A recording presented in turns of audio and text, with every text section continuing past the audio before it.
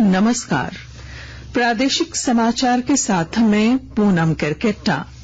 राज्य में गोड्डा, दुमका और राजमहल सीटों पर मतदान शांतिपूर्ण चल रहा है। दोपहर 1 बजे तक 46.80% मतदाताओं ने अपने मताधिकार का प्रयोग किया है।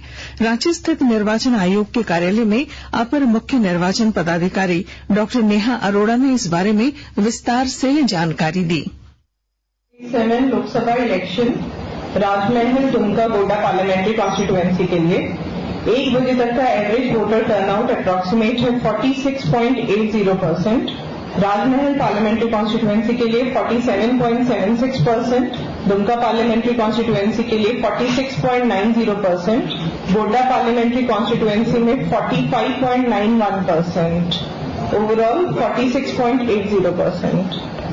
ईवीएम जो रिप्लेस किया गया है, ड्यूरिंग एक्चुअल पोल कुल 19 बैलेट यूनिट, 15 कंट्रोल यूनिट और 76 वीवीपैट रिप्लेस किए गए हैं। राज्य में आज शाम 5 बजे तक वोट डाले जाएंगे। हमारे संवाददाता ने बताया है कि शहरी क्षेत्रों की तुलना में ग्रामीण क्षेत्रों में अधिक मतदान हो रहा है। किसी भी अप्रिय घटना को रोकने के लिए संवेदनशील इलाकों में गश्त बढ़ा दी गई है। लोकसभा चुनाव के 7वें और अंतिम चरण में राज्य की 3 सीटों के लिए हो रहे मतदान को लेकर आम से लेकर खास मतदाताओं में उत्साह देखने को मिल रहा है। मतदान शुरू होने के साथ मतदान केंद्रों में मतदाताओं के आने का सिलसिला लगातार जारी है। विस्तृत ब्यौरा दे रहे हैं हमारे रांची संवाददाता। आज जो है गोड्डा, दुमका और राजमहल 3 संसदीय क्षेत्र में मतदान चल रहा है। पिछले चरणों के मुकाबले इस बार मतदाताओं के बीच विशेष उत्साह देखा जा रहा है। 1 बजे तक लगभग 47% मतदाताओं ने अपने मताधिकार का प्रयोग कर लिया है। इस बार खास बात ये देखी जा रही है कि शहरी क्षेत्रों के मुकाबले ग्रामीण क्षेत्रों में मतदाता अधिक संख्या में वोट डालने के लिए घरों से बाहर निकले हैं। गर्मी के बावजूद महिलाओं की अभी भी लंबी लंबी कतार दिख रही है। पहली बार युवा वोट डाल रहे हैं, वो काफी रोमांचित दिख रहे हैं। इस चरण का मतदान एनडीए और एनडी गठबंधन दोनों के लिए चुनौतीपूर्ण है। गोड्डा से भारतीय जनता पार्टी के प्रत्याशी डॉक्टर निशिकांत दुबे ने आज बीएड कॉलेज के बूथ पर मतदान किया। उनके साथ उनकी पत्नी अनामिका गौतम और दोनों बेटों ने भी वोट डाले। इससे पहले निशिकांत दुबे देवघर स्थित बाबा बैद्यनाथ धाम पहुंचे। वहां उन्होंने भगवान भोलेनाथ की पूजा अर्चना की। इसके बाद निशिकांत दुबे दुमका के जरमुंडे स्थित बाबा बासुकीनाथ धाम भी गए। पत्रकारों से बातचीत में उन्होंने अपनी जीत का दावा किया। गोड्डा लोकसभा सीट पर निशिकांत दुबे का मुख्य मुकाबला इंडी गठबंधन के प्रत्याशी प्रदीप यादव से है। गोड्डा में भाजपा के निशिकांत दुबे ने वर्ष 2009, 2014 और 2019 में जीत हासिल की है और वे अब चौथी बार चुनावी मैदान में हैं।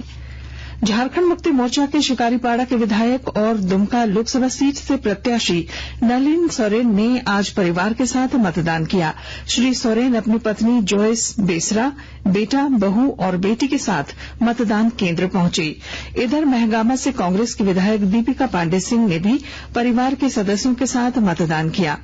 मतदान के बाद उन्होंने आम लोगों से घर से निकलकर वोट करने की अपील की। पत्रकारों से बातचीत में उन्होंने आज के दिन को बेहद खास बताते हुए कहा कि आज दिए जाने वाला हर एक वोट अगले 5 साल तक का भविष्य तय करेगा। झारखंड विधानसभा के अध्यक्ष और नाला से विधायक रविन्द्र नाथ महतो ने भी परिवार के सदस्यों के साथ बूथ पर पहुंचकर मतदान किया। श्री महतो ने नाला विधानसभा क्षेत्र के बूथ नंबर 91 में वोट डाला।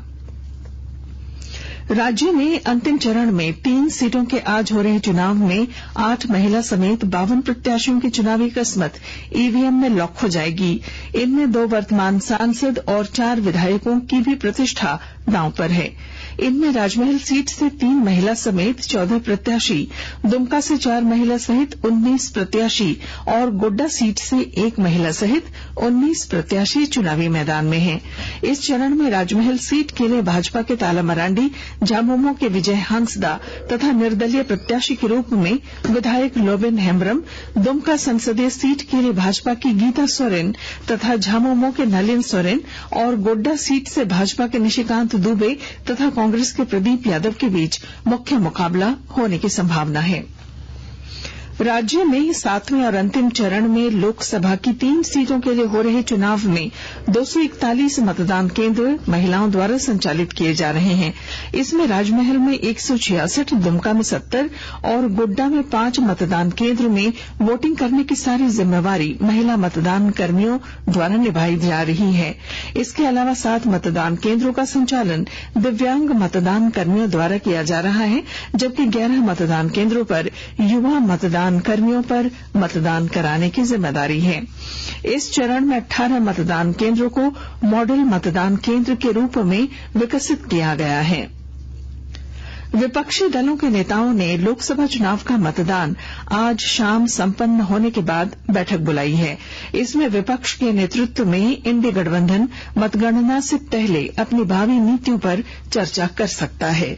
इस बैठक में झारखंड के मुख्यमंत्री चंपाई सोरेन, राष्ट्रीय जनता दल के नेता तेजस्वी यादव और आम आदमी पार्टी के नेता तथा राज्यसभा सदस्य राघव चड्ढा के भाग लेने की संभावना है। झारखंड में आज 3 लोकसभा सीटों के लिए हो रहे मतदान को लेकर आकाशवाणी रांची के प्रादेशिक समाचार एकांश द्वारा जीवंत चुनावी परिचर्चा का आयोजन किया जाएगा, जिसका प्रसारण रात 8 बजे से 8:30 बजे तक होगा। गढ़वा जिले में आज चलंत लोक अदालत वाहन का शुभारंभ किया गया। इस अवसर पर प्रधान जिला एवं सत्र न्यायाधीश राजेश शरण सिंह ने कहा कि चलंत लोक अदालत का यह वाहन जिले के 20 प्रखंडों में 1 महीने तक जरूरतमंद लोगों के पास पहुंचकर उन्हें न्याय दिलाएगा। श्री सिंह ने जरूरतमंदों से इस त्वरित न्याय व्यवस्था का लाभ लेने की अपील की। कार्यक्रम आवश्यक और लाभकारी बताया। तेल विपणन कंपनियों ने व्यावसायिक एलपीजी सिलेंडर की कीमतों में 69 रुपए 50 पैसे की कटौती की है। इंडियन ऑयल कॉरपोरेशन ने बताया कि दिल्ली में अब प्रति व्यावसायिक सिलेंडर का मूल्य 1676 रुपए होगा। इसके अलावा विमान ईंधन एटीएफ की कीमतों में भी 6.5% की कमी की गई है। गर्मियों में भी कभी अपने अच्छे मौसम के लिए प्रसिद्ध हजारीबाग जिले में इन दिनों भीषण गर्मी पड़ रही है। विस्तृत ब्यौरा दे रहे हैं हमारे संवाददाता। छोटा शिमला कहा जाने वाला हजारीबाग का मिजाज इन दिनों गर्म है। पिछले 1 सप्ताह से हजारीबाग गर्मी से झुलस रहा है। हजारीबाग वासियों का गर्मी के कारण हाल बेहाल है। बढ़ती तपिश के कारण जनजीवन अस्त व्यस्त हो गया है। जल स्रोत का स्तर नीचे गिरता जा रहा है, जिससे लोगों को भारी परेशानी बढ़ गई है। बुधवार को अधिकतम तापमान 45 डिग्री रिकॉर्ड किया गया, जबकि गुरुवार को भी अधिकतम तापमान 44 डिग्री रहा। शुक्रवार से थोड़ी सुबह राहत मिली, लेकिन दिन जैसे जैसे चढ़ता गया उमस बढ़ती गई और हजारीबाग का तापमान 42 डिग्री हो गया। घर में लगे बोरिंग भी जवाब देना शुरू कर दिया है। नदी नाला भी सूखने के कगार पर है। कई सूख चुके हैं। जिला प्रशासन ने बढ़ती गर्मी को देखते हुए एडवाइजरी जारी की है। गौरव प्रकाश, आकाशवाणी समाचार, हजारीबाग। केंद्र सरकार ने कहा है कि बिजली की अत्यधिक मांग के बावजूद ताप बिजली संयंत्रों में कोयले का भंडार 45 मीट्रिक टन से अधिक बना हुआ है। यह पिछले वर्ष की तुलना में 30% अधिक है। कोयला मंत्रालय ने एक वक्तव्य में बताया है कि यह स्टॉक 19 दिनों की आवश्यकता पूरी करने के लिए पर्याप्त है।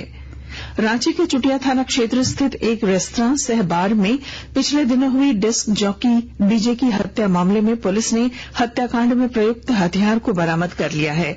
जिले के वरीय पुलिस अधीक्षक चंदन सिन्हा ने आज बताया कि हथियार के साथ कुछ कारतूस भी बरामद किए गए हैं।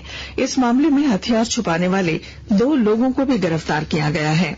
श्री सिन्हा ने बताया कि हथियार की बरामदगी रांची के तुपोदाना इलाके से की गई है। राज्य के अलग अलग हिस्सों में मौसम का रुख भी अलग अलग देखने को मिल रहा है। पलामू, गढ़वा और चतरा जैसे जिलों में जहां भीषण गर्मी और हीट वेव चल रही है, वहीं कोल्हान तथा संताल के कुछ इलाकों में कल आंधी पानी से लोगों को राहत मिली। इधर पिछले 24 घंटों के दौरान लू की चपेट में आने से 28 लोगों की राज्य में मौत हो गई है। मौसम विभाग ने रांची समेत कई हिस्सों में अगले 48 घंटों में तेज हवाओं के साथ हल्की बारिश की संभावना जताई है। और सिंगापुर ओपन बैडमिंटन टूर्नामेंट के महिला डबल्स सेमीफाइनल में आज त्रिजा जॉली और गायत्री गोपीचंद की भारतीय जोड़ी को हार का सामना करना पड़ा। दुनिया की तीसरे नंबर की भारतीय जोड़ी को जापान के मत्युपुरयामा और चिचारो शिदा ने हरा दिया। और इसके साथ ही आकाशवाणी रांची से प्रादेशिक समाचार का ये बुलेटिन समाप्त हुआ। नमस्कार।